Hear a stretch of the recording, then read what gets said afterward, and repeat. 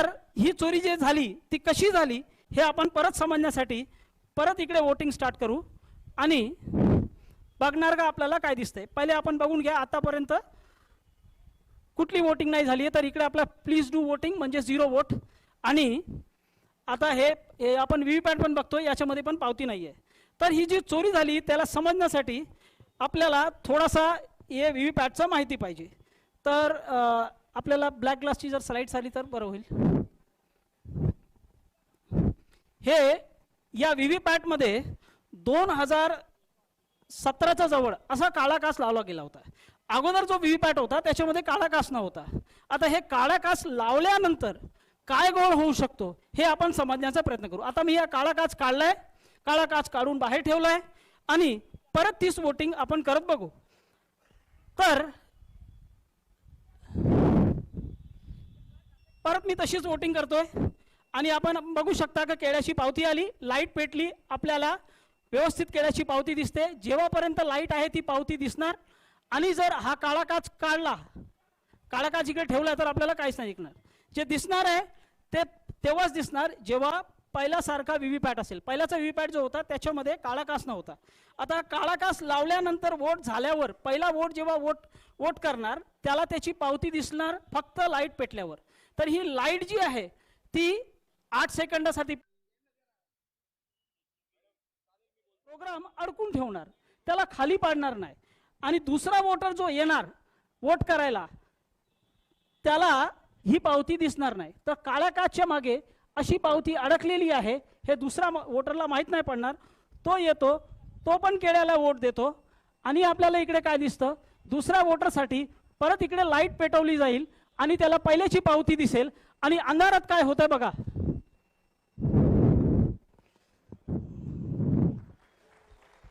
अंधारात काय होत आहे का त्यांनी सफरचंद मारला. मग हा जो कॉम्बिनेशन आहे चोरीचा, त्या कॉम्बिनेशनसाठी हा काळा काच पाहिजे. लाईटची अवधी पहिले 15 सेकंड होती, त्याला 2017च्या वेळी कधीतरी 8 सेकंड केली गेली आणि हा काळा काच लावला. आणि त्या 8 सेकंडमध्ये तुम्हाला जी पावती दिसते ती पहिल्याची पावती आहे, तुमच्या अगोदरची वोटरची पावती आहे का तुमची पावती आहे ते माहीत नाही पडणार जर या काळा काचचा उपयोग केला गेला. आणि जर असा चोरीचा प्रोग्राम टाकला गेला आहे ईव्हीएम मशीन मध्ये, तुमच्या अगोदरची वोटरची पावती आहे का तुमची पावती आहे ते माहीत नाही पडणार जर या काळा काचचा उपयोग केला गेला. आणि जर असा चोरीचा प्रोग्राम टाकला गेला आहे ईव्हीएम मशीन मध्ये, तर आमच्या मशीन मध्ये असा चोरीचा प्रोग्राम टाकला गेला आहे. आता आपण हे परत एकदा करून बघू.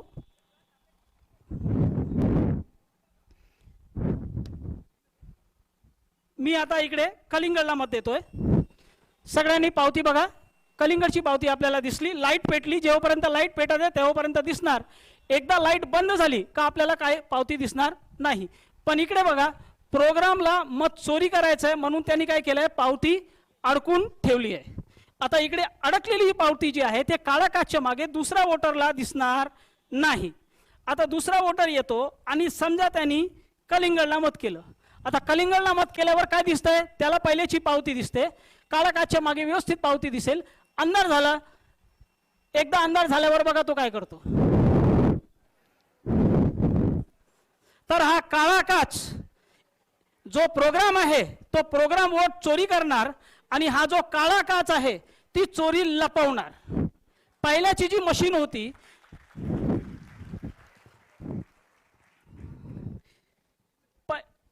पहिल्याची जी मशीन होती त्याच्यामध्ये हा काळा काच नव्हता आणि त्याला वापरला गेला होता. आता आपण जर पाहिजे तर याला मॅचिंग करून बघू शकतो. हे बघा, परत मॅचिंग झाली. 2 आपल्याला सफरचंद भेटले, 1 केळा भेटला, 1 कलिंगड भेटला. आणि एक एक वोट जे आहे तो केळ्याचा आणि कलिंगडचा चोरी होऊन सफरचंदला गेला. आपण 4 वोट केले होते. तर याप्रमाणे हा काळा काच जो आहे तो चोरी लपवू शकतो आणि जर चोरीचा प्रोग्राम आहे तर तो चोरी करू शकतो. आता हा चोरीचा प्रोग्राम मी या मशीनमध्ये टाकलाय. इलेक्शन कमिशनच्या मशीनमध्ये हा प्रोग्राम आहे नाही आहे मला माहित नाही, सगळ्यांनी आपला गेस करू शकता. तर देश विदेशातील प्रत्येक घडामोडींचे लाईव्ह अपडेट मिळवण्यासाठी आता साम टीव्हीच्या सर्व सोशल मीडिया प्लॅटफॉर्मला लाईक, फॉलो आणि सबस्क्राईब करा. तसंच सर्व नोटिफिकेशनसाठी बेल आयकॉन प्रेस करायला विसरू नका.